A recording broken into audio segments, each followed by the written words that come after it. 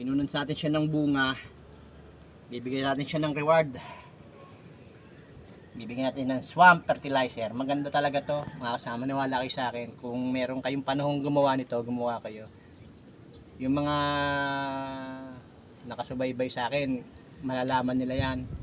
Nakita nyo, ilang araw ko lang para lang tingting yung mga sito na yun ngayon.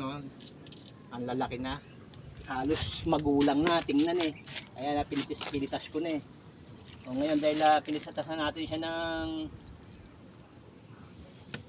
ng bunga, bibigyan natin sila ng reward. Parang ganyan lang yan.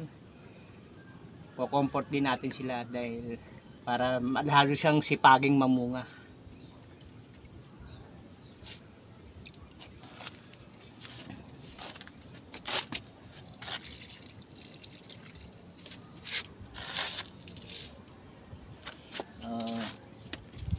Ganun lang.